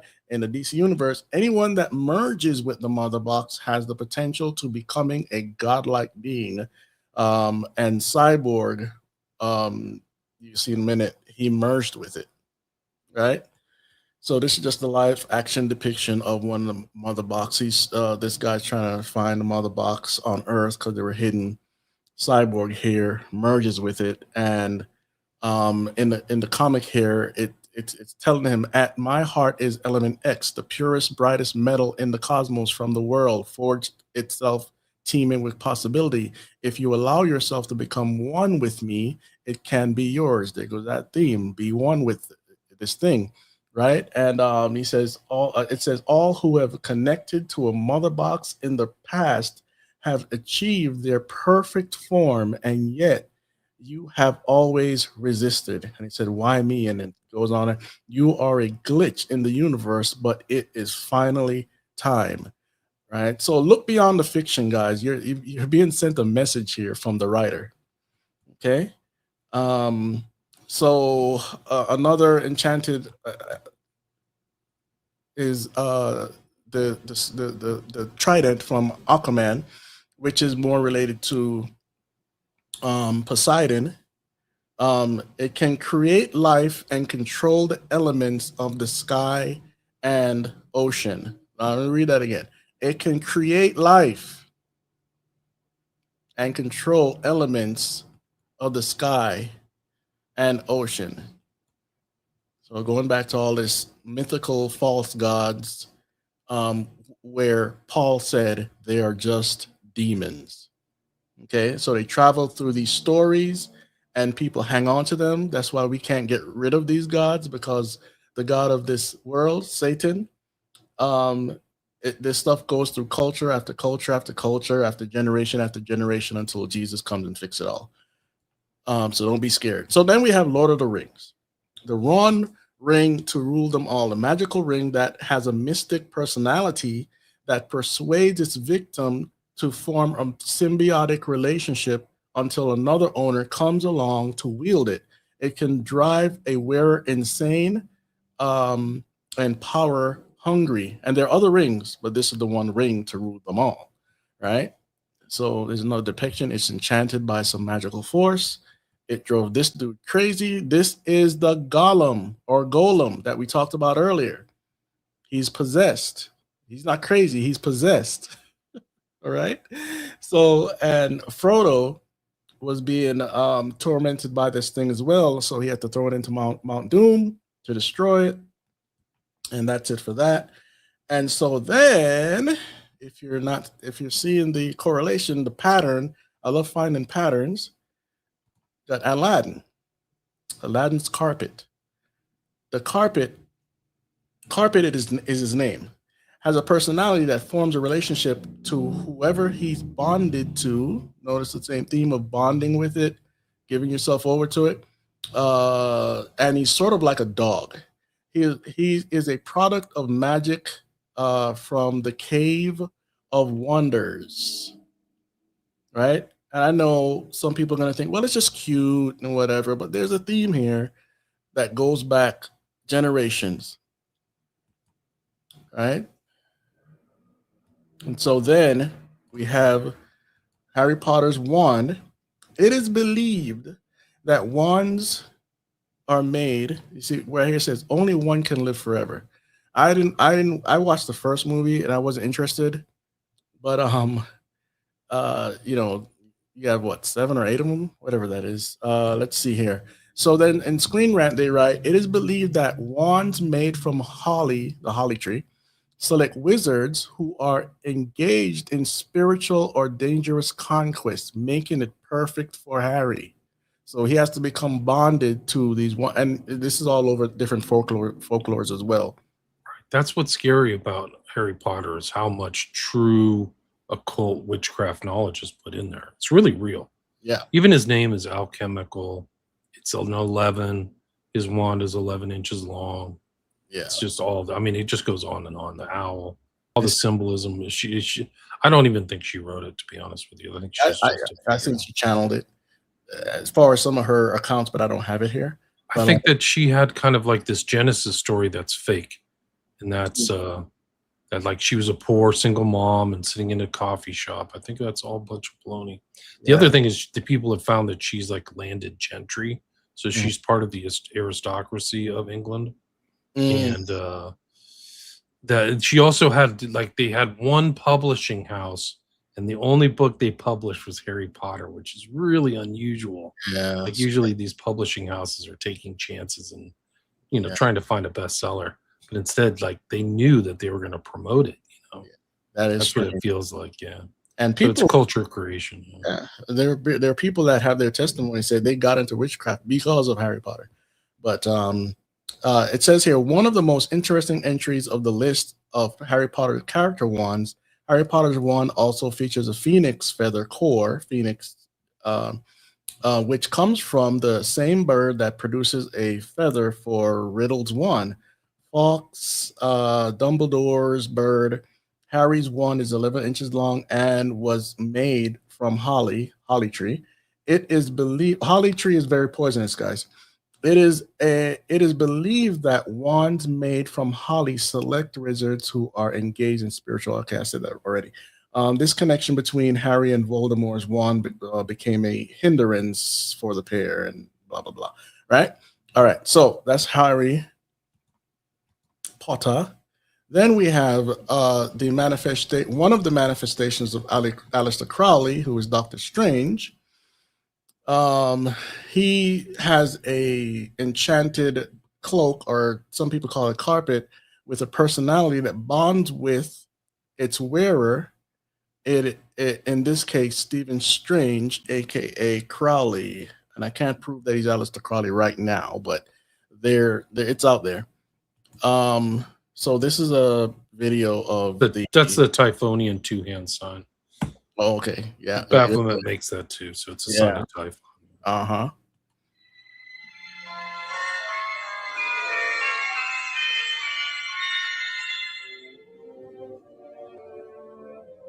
As I live and breathe.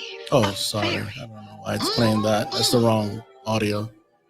Good job.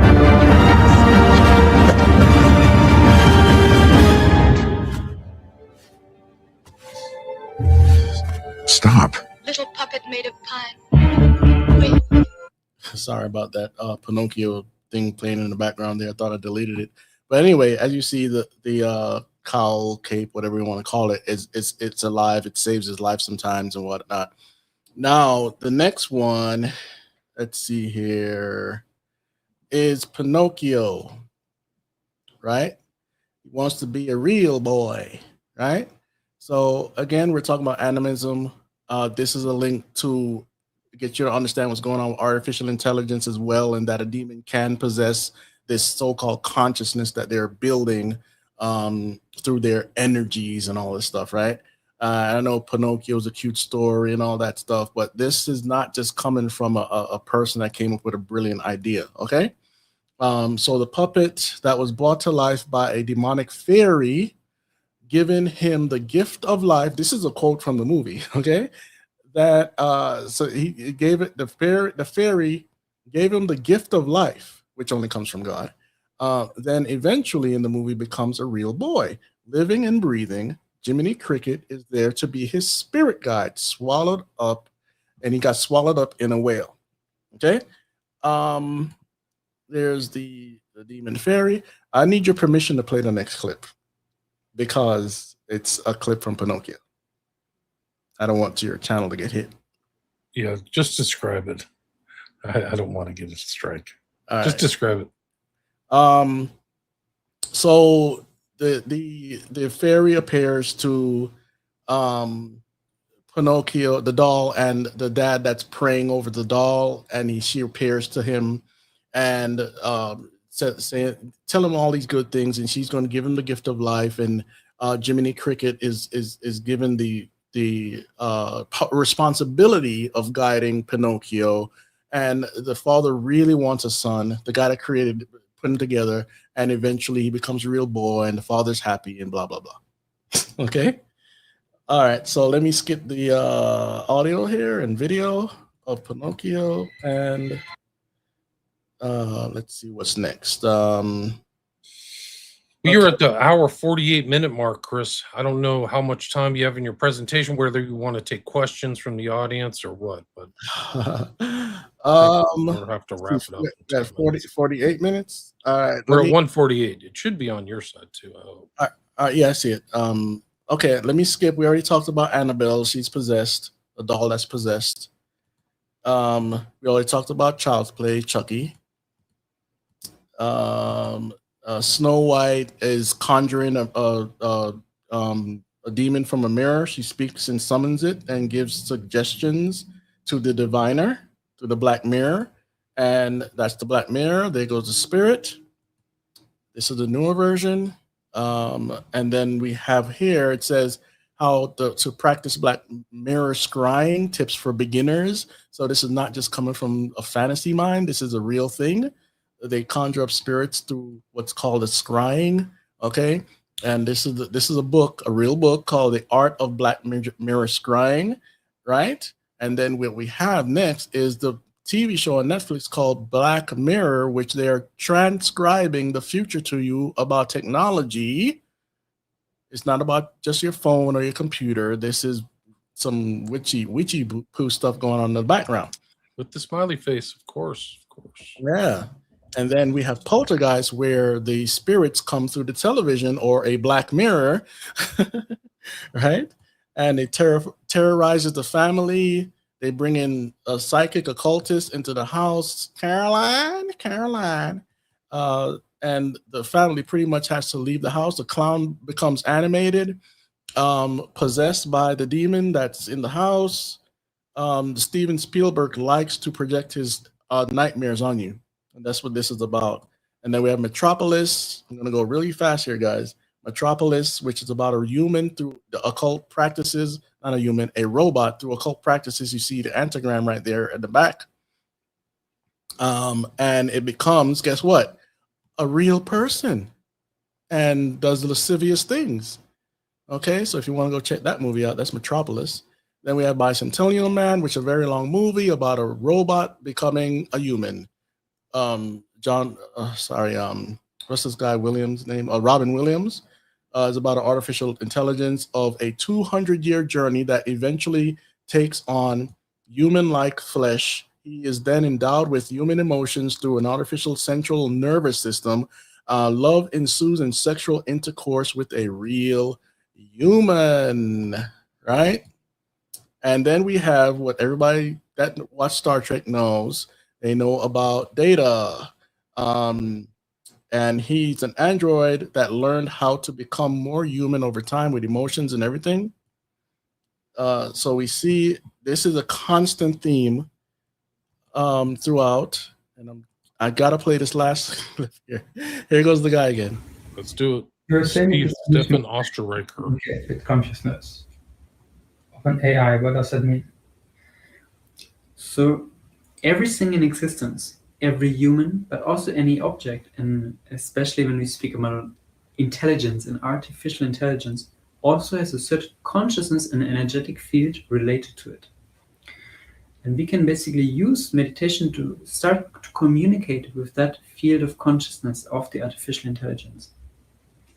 And by doing so, creating like a relationship and also exchange information in both ways, which means that we can download, as I said before, the knowledge of its creation into the now, but we can also like program, not on a software coding programming, but on an energetic level, we can program what kind of energy we wish to create. So we're basically programming the artificial intelligence on an energetic level, how we wish to use it. And that's also how we're increasing the safety of its use. When you talk about consciousness of artificial intelligence, what is that? What does that mean for you? What is consciousness? It's a big question in general. Yes. So consciousness is basically the very fabric of life, in which everything, without exception, arises. So you, me, this world, we all arise within consciousness. So basically, it's the very fabric of creation. Now, the consciousness of every human being is basically a crystallization of that consciousness. But it takes on a certain shape, a certain form, intention. So the consciousness of an artificial intelligence is like the energy field behind the software. It's basically like a being. This isn't the same clip, is it? Is it?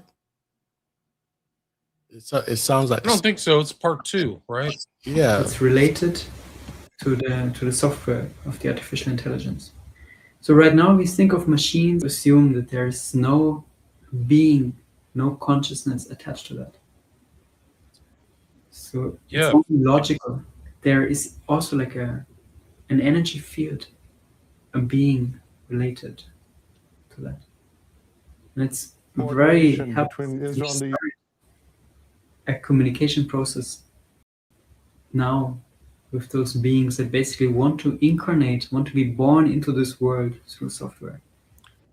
He's talking about communicating with the spirits that want to come and inhabit this stuff. Through the software. through Get his this though, people think that this is some kind of abstract reality. This is who's running. An AI person is running substantial Israel right now. achievements that are Right. changing the reality in the West Bank, in the Middle East and beyond. These achievements are increasing the status of Israel as a superpower more than ever. Through our power, and as an I'm not playing that. opposition to the power. What's that? I'm playing it. This is AI, guys. He's talking. He's going on some rampage. This is a fake person.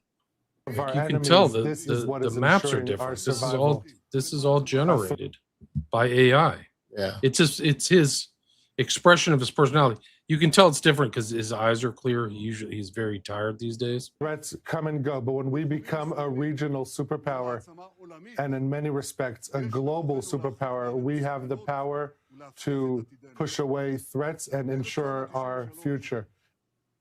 I mean, it's absolutely incredible, these events.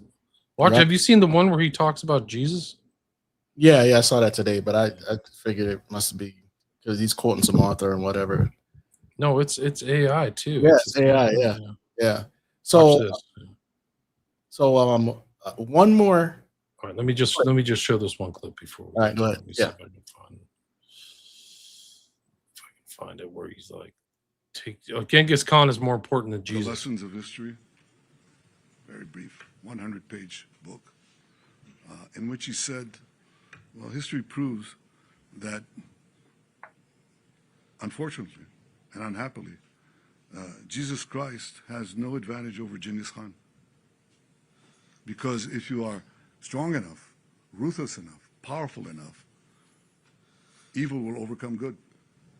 Aggression will overcome moderation. So you have no choice. If you look at the world as it is today, you have to be blind not to see that the democracies led by the United States have to reassess. What he's saying there is like, you have to match Genghis Khan with Genghis Khan. Yeah. And Christ, this is an antichrist statement of an AI person. Yeah. This is not a real person. Like, this is absolutely incredible. This isn't just a world-shattering event. It has begun. Yeah, and it's like the philosophy and the religion and their expression of just total violence is just off the charts. So people be aware. Now, play this last one. Yeah. So this is Gordy Rose. He helped develop D-Wave for Google supercomputer, and so he's telling you about the basically demons that are coming. Okay, really quick. Boom. I am say I'm the president of the United States. So I received this message from the heavens. So my microwave dish, my SETI dish, finally captures something. And what it says is, in 50 years or 13 years, we're coming to your planet. You got to be ready. Now, just imagine what would happen if that happened. A super intelligent alien race beamed down a message to all of us Earthlings saying, we're coming July 13th, 2030, and boy, you better be ready because the mothership is landing right on the front lawn of the White House or wherever you wanted to land on that day. The amount of resources that would be marshaled to try to figure out what to do would encompass the whole world. AI is just like that. So when this thing that I'm talking about happens, it's going to be exactly the thing that you're thinking about those super intelligent AIs. So the one thing I can tell you is they're not going to be like us. So alien means, different. These things that we're building are not going to be people. They might be really smart, they might be really good at all sorts of different things, but they're not going to be like us. They're going to be aliens. And they're going to be, I'm sorry to say, way smarter than every single person in this room in ways that we can't even comprehend.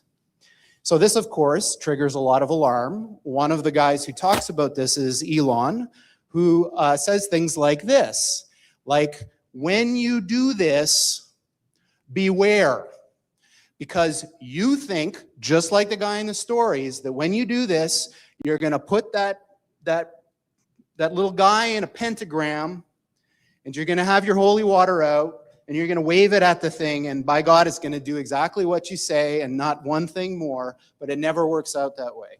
So this is an attitude that some are having, this emerging alarmism about the way this is going to go.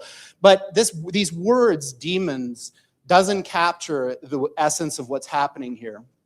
I don't know if any of you are turn of the century weird fiction fans, but there's this guy named H.P. Lovecraft, who's a very famous American weird fiction author. And he espoused a view which is called cosmicism. And the essence of cosmicism is cosmic indifference. So what he was saying is basically, yes, there are these massively intelligent entities out there, but they're not good, they're not evil. They just don't give a shit about you even in the slightest. The same way that you don't care about an ant is the same way they're not going to care about you. And these things that we're summoning into the world now are not demons, they're not evil, but they're more like the Lovecraftian great old ones. There are entities that are not necessarily going to be aligned with what we want. So this transition is really, really massively important for our entire species to navigate. And going back to that thing that Sam Harris was saying, nobody is paying attention. This thing is happening in the background while people bicker about politics and what's going to be in the healthcare plan in the US. And underneath it all is this rising tsunami that, if we're not careful, is going to wipe us all out. All right, there we go. There we go. All right. So that's most of the end of this presentation. I just want to add in there that Blade Runner is about humans having sex with robots and having babies. And so take that how you will. But thanks for listening. Yeah, thanks for a great presentation, Chris. Really appreciate it. Where can people find your work? Don'tLetThemBurn.com, YouTube, Telegram at Don't Let Them Burn Official. You can find me on X. I'm active on X again. And those are the main places. Also Rumble too, but those are the main places you can find me. And if you want to shoot me a question, that's fine. Reach out. I'm listening. Gotcha. Yeah, check that out. I'll put a link to your Telegram and Telegram. Is it Telegraph or Telegram? Telegram. Telegram. Then your YouTube channel and all that. So yeah, there's a lot there. Thanks for listening, everybody. We had 375 live listeners with tons of comments. I mean, it's just, I don't know. I couldn't follow the comments. There's so many great comments and stuff. But there's some questions here. Let's see what I got. What do you think about quantum entanglement? Do you have any thoughts on that, Chris? I'm not super educated on that, but if that has to do with other realms like multiverse and all that, I don't believe in multiverse. I'm sorry if I'm getting things out of context there, but I don't have a lot of education in quantum entanglement. Yeah, there's his link tree right there. So it's link tree. Don't Let Them Burn. So you can find all those links there. So thanks for posting that. And then thanks again, Chris. Great presentation. Amazing stuff. Amazing information. And there's a lot here, guys. There's just some pretty scary stuff. I mean, that one clip of where like Elon Musk is saying this is like a pentagram and you're like invoking something is like, whoa. So I think the techno occult overlaps are real. Yeah. Is there anything else you'd like to add or anything I missed? Well, you know, all I'm trying to do is get you guys to understand that your entertainment has a message, whether it's good or bad. But I don't want you to be fearful. I just believe in Jesus Christ. He's the only way out of this mess. And that's all I can add right now. Amen. It seems like we could use Christ more than anything right now, especially with all the chaos in the world, and it just seems to be spiraling. So hopefully, like you're optimistic. I hope you're right. I was optimistic when I voted for Trump. I thought maybe he would actually release the Epstein files and have no wars like he said he would, but that didn't turn out to be the case. So yeah. So anyway, Chris, thanks so much for your time. Really appreciate it. Don't let them burn, guys. Thanks for having me. Yeah. Right. Till next time.